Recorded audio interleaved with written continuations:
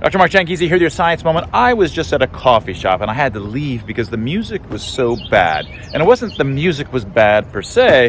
I think it was connected to the internet and it was dodgy connection. And so it just kept starting and stopping and starting again at random intervals. And it wasn't like you were just missing parts of the song so that the beat was sort of continuing underneath it and you can extrapolate. No, just the entire thing stops and then just sort of continues and so forth. And so it was basically impossible to sit there because you're just constantly distracted. So the question is, why is it that that's so distracting? I think the reason has to do with the reason that we have music at all, and what I've argued in my earlier book, Harnessed, how language and music mimicked nature and transformed ape to man. This was my third book.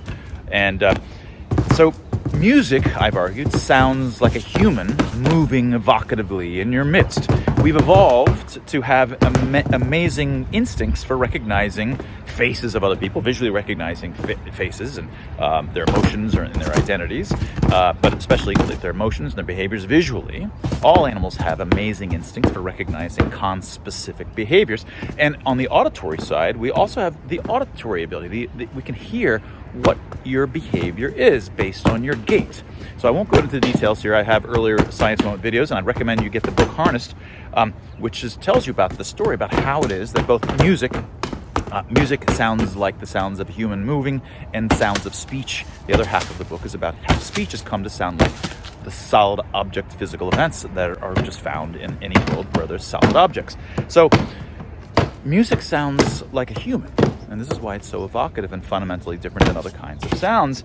And so what does it mean when music just keeps halting and restarting and halting and restarting again with no particular rhyme or reason?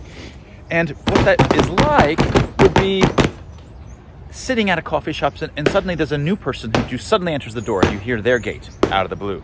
Or someone suddenly stands up and you hear their gate. Every time someone stands up, if you're at a coffee shop, somewhat distracted, and it may happen sufficiently, uncommonly while you're there, that over the course of 10 minutes, 4 or 5 people stand up and move through it. So you're not that distracted but if it's happening every 3 seconds or every 7 seconds, it becomes annoying. But you don't really realize that that's what your brain is interpreting these halting music sounds as. So I think that's what's going on. Each time it halts and then restarts, there's another person who sort of entered your space, and it doesn't seem to be connected because there's no continuity of gait that transforms from one to the other, that you can say, oh, that's the same person, and your brain just thinks that's the same behavior going through. No, it's a new individual or a new bout of behavior by potentially the same individual.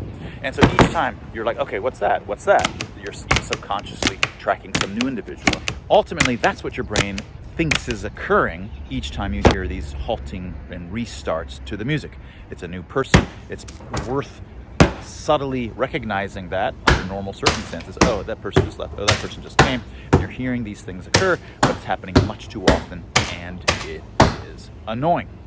And that was your science moment. Again, if you're interested in things like this, get yourself a copy of my earlier book, Harnessed, How Language and Music Mimic Nature and Transformed Ape to Man. And that was your science moment.